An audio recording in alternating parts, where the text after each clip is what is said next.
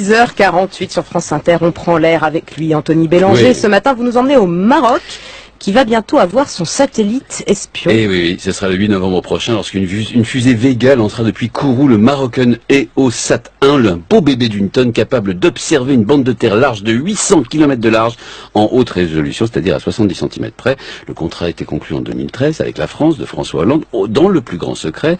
Il a coûté 500 millions d'euros au royaume chérifien. Il sera placé en orbite à 695 km d'altitude. Bref, un véritable petit bijou de technologie, mais surtout le Maroc devient le 3e pays africain à disposer d'un satellite espion après l'Égypte et l'Afrique du Sud.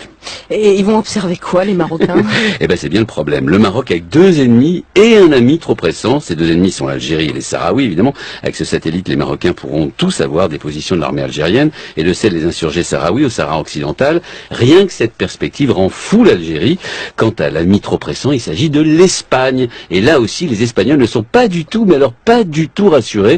L'Espagne est le seul pays européen encore disposé, vous savez, de territoire en Afrique, en l'occurrence au Maroc, les enclaves de Ceuta et Melilla, mais il y a aussi un chapelet d'îles et de pignons rocheux collés à la rive marocaine. L'Espagne doit aussi avoir des moyens d'observation, j'imagine. Eh ben non, figurez-vous, l'Espagne a bien des parts dans des satellites espions français Helios, mais pas plus de 2,5%. Autrement dit, elle ne peut utiliser l'Espagne que 2,5% du temps spatial de ce satellite. Et puis quand ils en ont eu besoin, la France a fait la fine bouche. C'était en 2002, à propos d'un îlot espagnol appelé Perejil, occupé quelques jours par le Maroc. Impossible d'avoir des images satellites pour raisons techniques, ont répondu les Français, alors que le Maroc, lui, aura bientôt son satellite 100% du temps. Les Espagnols sont, comment dire, verts de rage.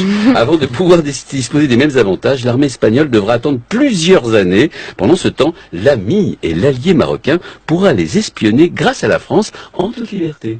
Tout va bien.